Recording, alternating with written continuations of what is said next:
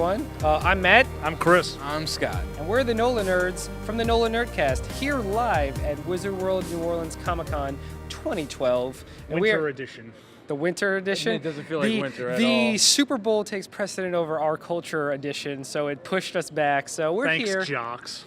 Oh, really? This one's for all the ladies. Yes. We are about to go in and immerse ourselves in the world of art, ists, celebrities, people that we don't quite recognize, but we don't want to admit to it because that would make us less of a nerd, so we're just going to go with it. Filthy toys and bins. About 20 different variations of Deadpool, probably. It's going to be some hype shit, kids. What are we most excited about? Boondock Saints. The Green Ranger.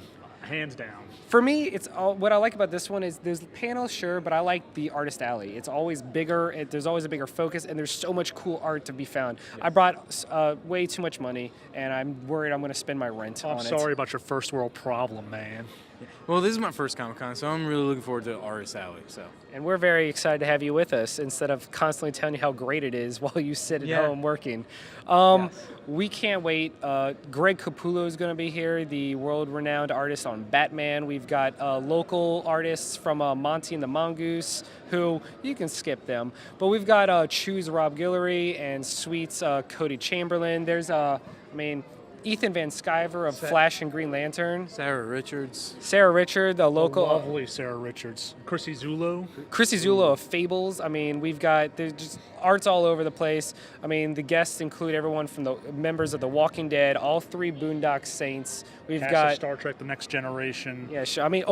I can't wait to meet LeVar Burton. That's going to be awesome. Reading Rainbow? And I will be wearing a different Green Lantern power ring at every interview, so check it out. It's going to be the hypest. So if you watch all the videos, point out different rings, and Matt will give you $100. That is not true at all. Categorically we untrue. About it earlier. It's totally true. Two-thirds majority rule. Oh, you sons of bitches. We can say that, right? Of course we can, because this is our show. Internet. Anything else? Any last words before we head out? The backpack makes me rugged. The cardigan makes me look like a gentleman. I was about to say your cardigan makes me feel warm and fuzzy inside. I just want to... There we go. That's some gross purring. Any last words for you? I'm ready. Let's do this. Oh, well, I didn't even get my last words. All right, let's go. Okay. And that's it. NOLAnerdcast here at Wizard World Comic-Con 2012. I partner with a bunch of jerks. What are you going to do? Thank you. And for coming with us. Okay. You guys all suck so bad. Yes. All right. Peace.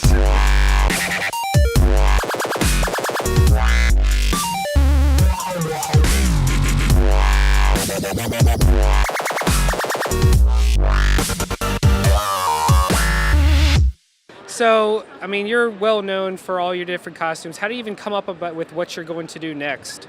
Well, I've been doing this for 13 years, so I've been making costumes for, as long as I can physically remember. I guess there's always something else that challenges me. There's always another look, something I've never made before that interests me. And I feel like that's why cosplay is such a unique art form, because you don't really get tired of it. You have so many different options of outfits to make. It's like if I get tired of making a spandex suit, I can go and work with satin or silk. And then if I get tired of that, I can work with leather. And if I get tired of that, I can work with feathers. And there's just so much you can do that, it's all about continuously being creative and continuously seeing what else you can come up with. And you make all of your own ones, right? Absolutely. If I did not make my own costumes, I don't think I would still be cosplaying, because there's definitely, it's not cheap. It's an expensive hobby. It takes a lot of time and effort. And I think what makes it worth it to me is to make everything myself and to experience what it's like to wear something that you made. It's a feeling that you can't really get anywhere else. He's from the Boondock Saints, one of my favorite all-time movies. And just how did you get involved into that? Well, I knew Troy while he was writing it. I was doing a play at the time. I had the long hair and beard. He thought it would be cool for the. He just wrote it at first, just the two brothers. Yeah. But then he got the sidekick idea, when he saw me, and he says, I'm gonna even use your name. I'm going to, as much as I can, have it you. And then he goes, hey, listen, you can audition for it. So I did, and I got it. Look what we can do. Look how fucking beautiful we are. You think the men that built all this had it easy? Hard men. Doing hard shit, and that gives me a hard on. But not in a gay way or anything. That speech in the second movie, did you come up with that, or was that Troy's? Oh, that was Troy. The actual speech, well, see, we all worked on it. We were supposed to do the scene in Boston Stadium, Fenway Park, but we couldn't get it. We almost got it, but couldn't. They were doing some construction. So we had to get a scene. So me, Norm, Sean, and Troy, we all put into that little montage. Not the one so much when I'm walking, saying the coffee house bullshit speech, but that one montage where we're in the bar, then we're on the hockey rink, and we're on top of the building. We all kind of wrote that one. The thing I know you most from is your work on the Cinderella Fables spin-offs. Woo! Now available at any local bookstore or Amazon, whatever. There's 2 of them. So I know that was like a really big deal. How did you feel doing that? Oh, it was a dream come true. Fables was my favorite comic, so to be part of a Fables spin-off, it was like anything I wanted. It was all I could ask for. It was really awesome. Do you prefer to work on like more your own creations, or do you like working for companies like Vertigo and stuff? Oh, either way. I mean, it's fun to work with different people. I like the creative process. I like the back and forth collaboration. But doing your own stuff is fun too. The great thing about art is it's great for everything. So. Last year you had a panel where you actually sang to us with a keyboard, and even with my crappy phone I used, I still got some video of it, and it's probably the funniest songs we ever heard you sing was when you started making stuff up. Did I sing my song about BP and the oil spill? You did. And also you broke my friend's heart when you sang about how stupid Star Trek was. That's right. Yeah, I have a couple of Star Trek songs.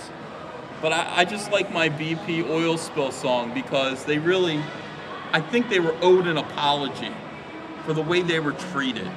We all make mistakes. It went like this. When you cry over spilled oil, I'll capture your tears with a kiss. We've gone beyond petroleum. We can get beyond this. It's beautiful. It was a song of repentance, of atonement and forgiveness. It brought a tear to my eye just listening to that part. Yes, indeed. So as you go pen, how are you enjoying the work you're doing currently?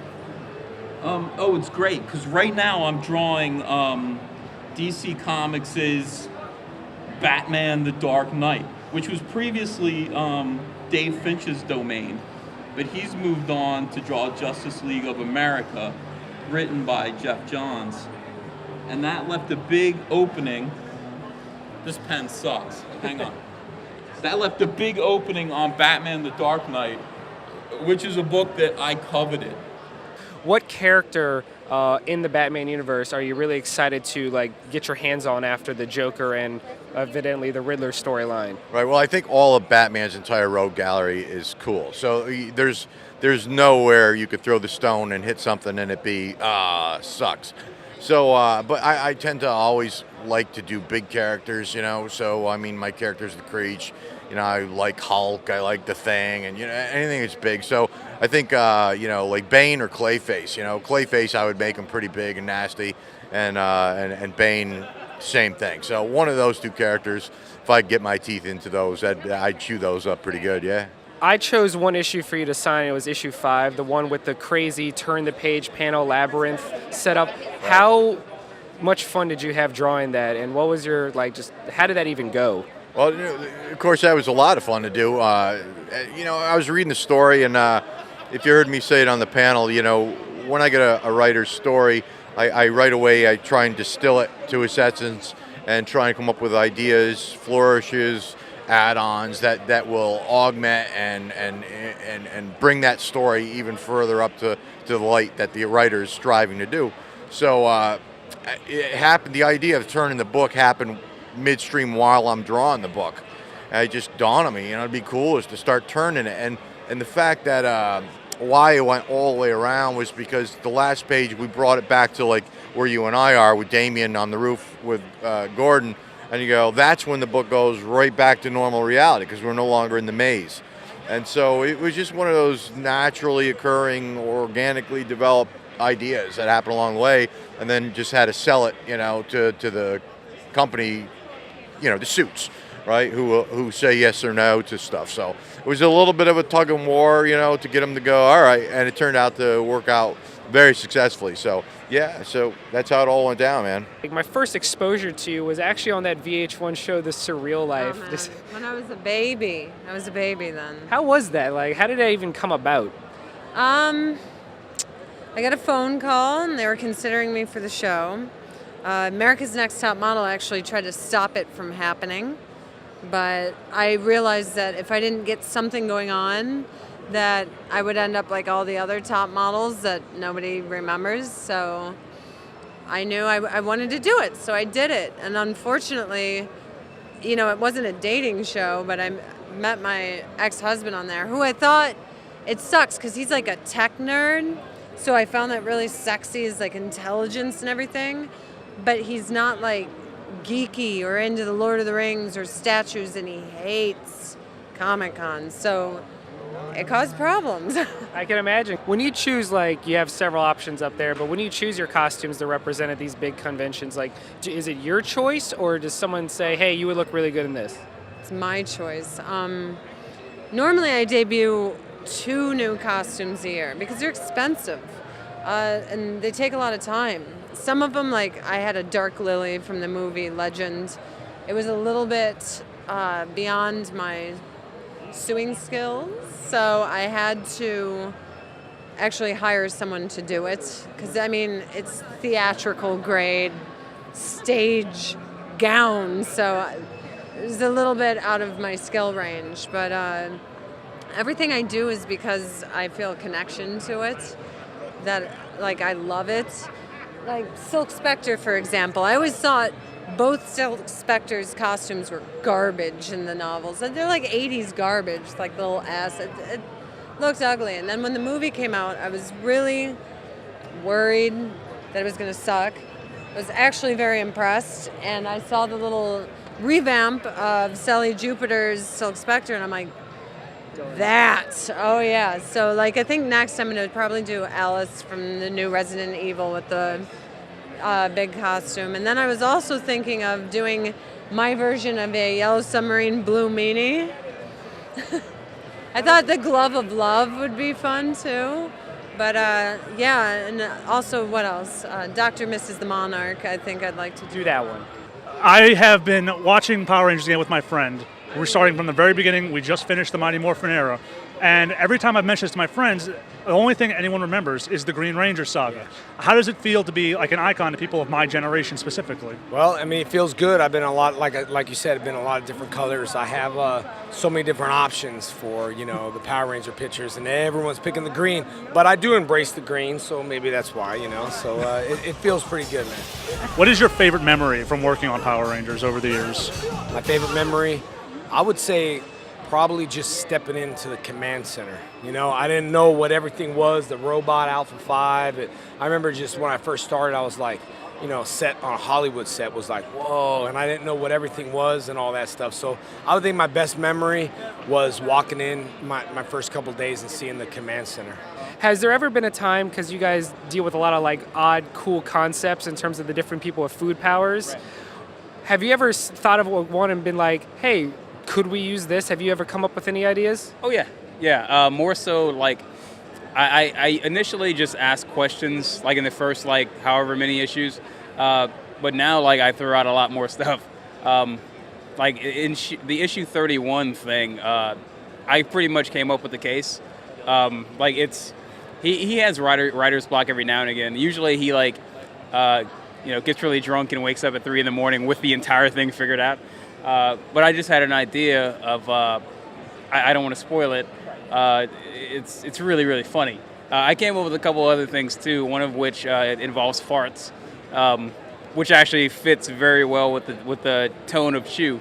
So yeah, I throw stuff out there all the time. You know, we don't get much talent locally here anymore. Well, I think the thing is there's talent here. It's just that, and we just actually, me and Cody Chamberlain, who's another local artist, we just had, we did a panel a second ago about breaking into comics without breaking ties with your town. And I think the problem locally is the press is so, they're kind of detached. I mean, it's gotten to the point now where, like, even after Chew's like had, success, like, I can send a press release out to like a newspaper locally and say like, hey, I got a book coming out. Like, could you like maybe tell people about it?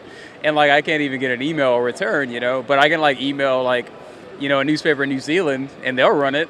Like, it's kind of ridiculous. So, I mean, there is a local scene. It's just it's hard to get awareness locally. And I think it's, what is it, like, no prophet is recognized in his own town, which I'm not saying I'm a prophet, but like, no one gets local love ever. It's really, really weird, but it's just how it is. But there is a lot of local talent, especially now, like in the last 5 years, there's a lot of local guys like kind of coming up that are doing really cool stuff. There's a guy over here that his name's Jason Bienvenu, who's from Lafayette, from where I'm from, who's totally like gonna make it. I mean, he's doing the work. A guy, Burton Duran, who's right down the road, drove up with us from Lafayette, and he's like awesome, and he's gonna do it. Guy, Ross Thibodeau, who, again, good friend of mine, drove up with us, up and coming writer, like Lafayette. I mean, it's happening. So where did you even get the inspiration for this? Well, I'm a South Louisiana native, born and raised in Thibodeau, and I live in Lafayette now, and I've been through many major storms. And one thing that occurred to me is that when a major storm hits and a homicide detective is working a case, it clearly has to throw a monkey wrench into an investigation, right?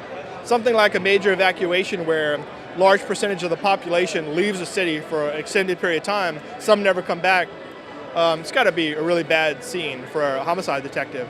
And I love stories where there's a deadline, there's a time bomb about to go off if the story's not resolved. And it occurred to me that an evacuation would be that same scenario.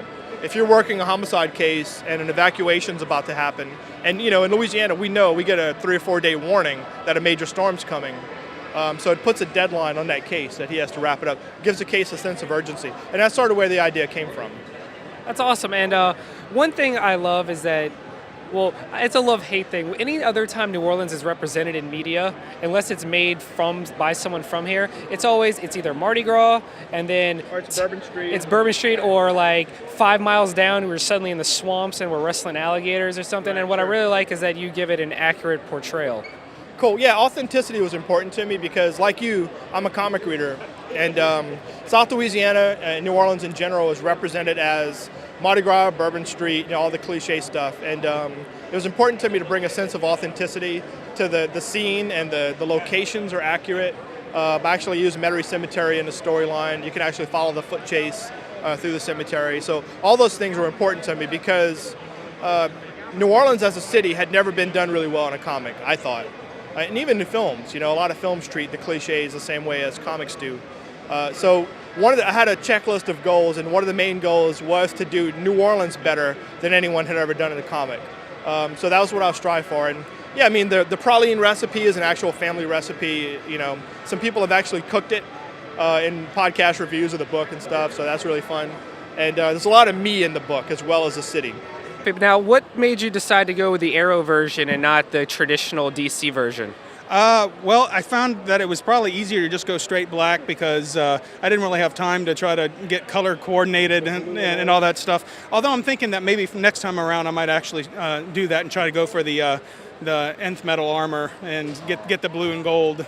That would be awesome. You do good work in a rapid amount of time, and I think that's really impressive. Like, how did you get so good at doing it so quickly? Well, my early years in convention, I learned that if I draw really slow, I cannot accommodate a lot of people. You know what I'm saying? You need to.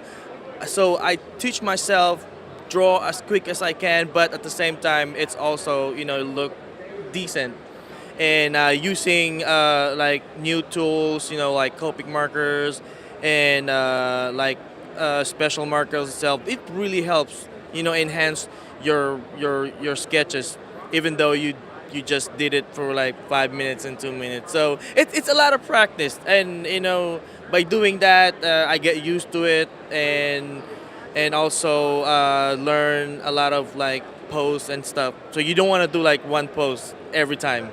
So it's a lot of work, and practice makes perfect.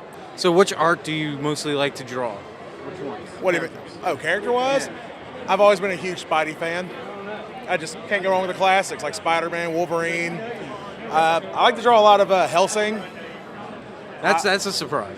I'm a huge Hellsing fan. I have Alucard tattoo on me, for Christ's sake. So The first thing that caught my eye for your art is that fleur-de-lis that you did. That was really good. Like, where did you come up with that concept? Okay, this is going to sound really bad. Shoot. There's this artist back where I'm from, and all she does is fleur-de-lis. And I'm not saying, like, I like it, but it's not for me, you know what I'm saying? And she did a Batman one, and I thought it was bad. It honestly just didn't look good. And I was talking about this to somebody at an art show, and just like some asshole just came up behind me, just all rude, like butted into me and my friend's conversation. He goes, you shouldn't talk about that if you can't do better yourself. And I'm like, you are messing with the wrong person here, buddy. So out of spite, which is one of my favorite motivators, I went and made the Bat-de-Lis. And I decided, well, New Orleans, perfect place to debut it, and I only made 30, and after that, I'm not printing anymore. How does it feel to know that even this long, you're such a cultural icon, it just does not stop? Well, it's pretty cool. I've been fortunate the last 6 years since Andromeda finished, I've shot close to 50 movies. And a lot of people don't know about it because they need to go to kevinsorbo.net. But, it's small independent films, but I stay busy. I've shot 5 movies this year alone. I got one more coming up. I leave tomorrow for Vegas, shooting a political thriller there. So, the Herc thing and the Andromeda thing, it's amazing. They're still airing in 100 countries each.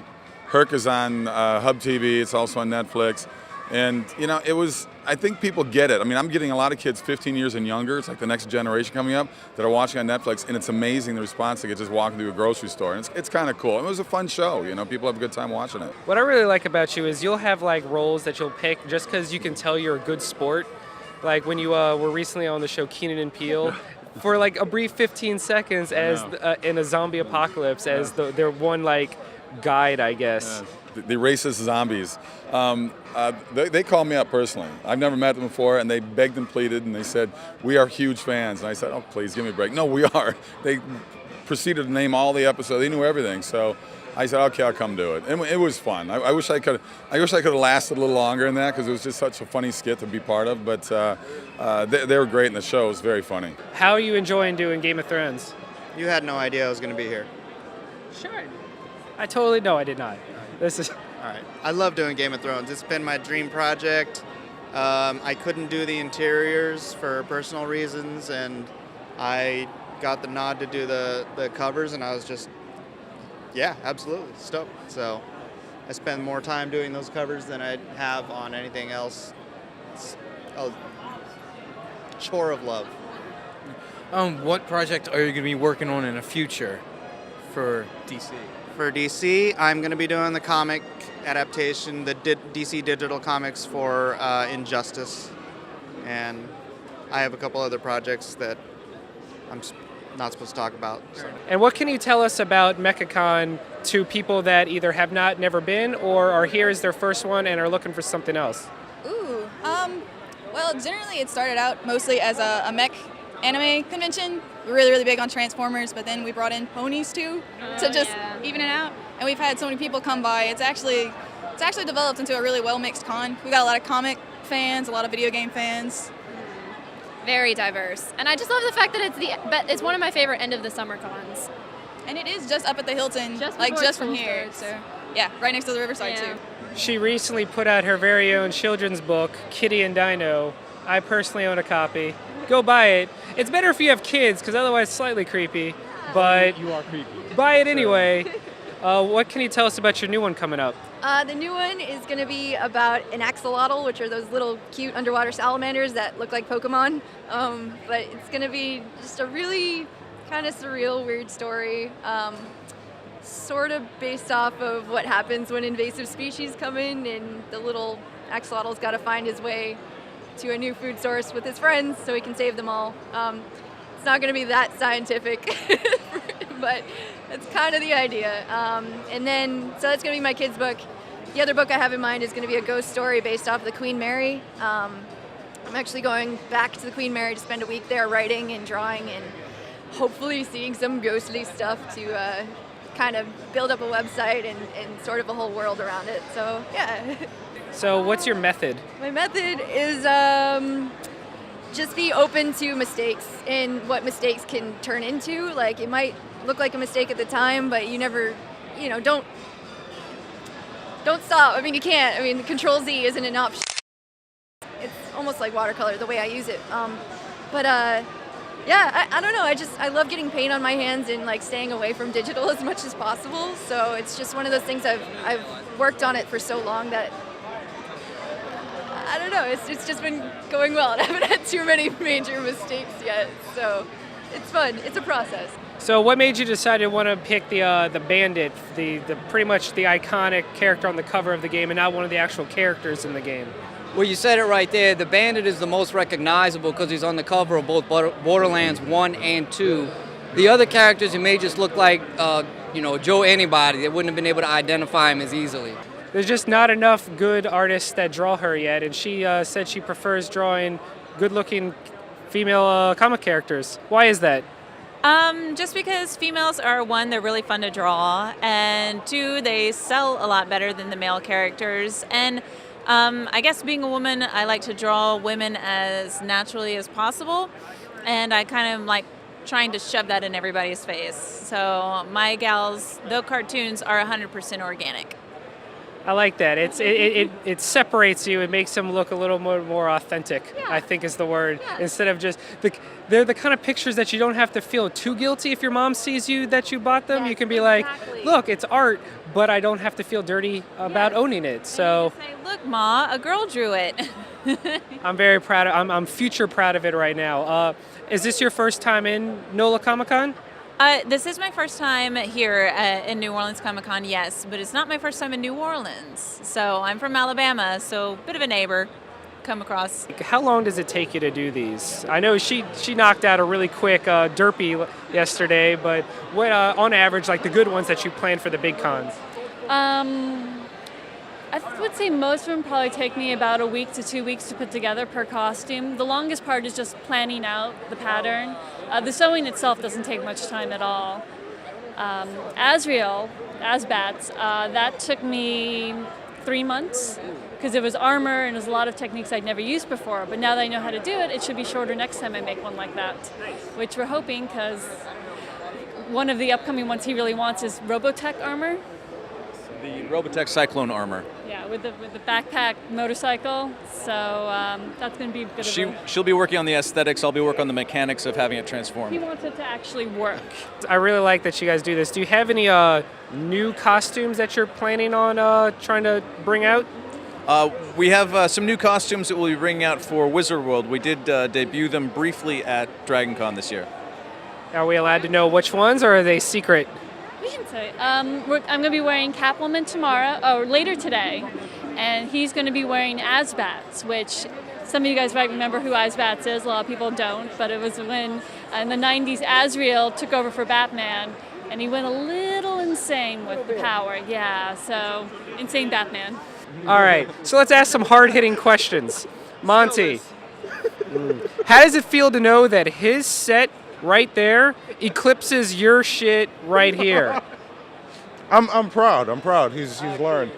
I've been giving him art lessons, and it's been really hard to nail down Nick Fury. yeah, he's getting it. He's learning. Who is your favorite so far?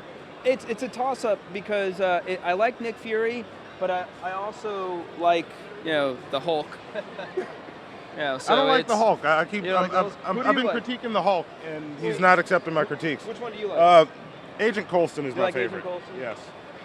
Agent Coulson. You should have something sticking out of him. Yeah. Yes. All right, Oh, so yeah. why don't we get the boring stuff out of the way? All right, Where let's do can that. people find you? Do you have a website? Do you have FZ-99.com or flyingzombies.com. We do a internet radio show called Monty and the Mongoose's Little Show and a web comic called Flying Zombies. what do you have to say? But 6. You are a classy man. Mongoose is really the brains. I would say Monty was the looks, The one but that just said butt sex is the brains. he's the brains. I agree with that, though. 2 follow-up questions. Oh yeah, we have our 2 follow-up questions. Follow-up. These are one from me and one from Mr. Scott. Mine is sharks or dolphins. Gonna go with sharks on that one. Sharks, because they're so perfect that they haven't evolved in thousands of years because they rot. Sharks. Dolphins.